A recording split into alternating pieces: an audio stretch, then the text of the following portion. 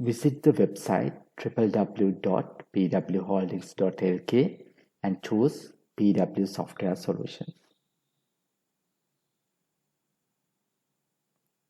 Select Sage from the available accounting software options. Click on Register for Sage Online. Click here to sign up for the educational version. In this screen, you can enter your personal details. Enter company name. You can select your country. If your country is not available, you can select South Africa. Enter your first name, last name, mobile number, email address, and create password.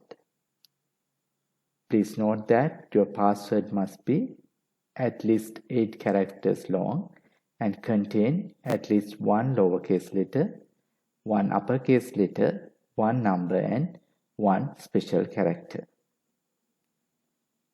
Confirm password. Enter once of access code. You can select any option for what you currently use. You can select any option for years in business. Enter referral code. If you don't have a referral code, keep it blank. You can enter your institution.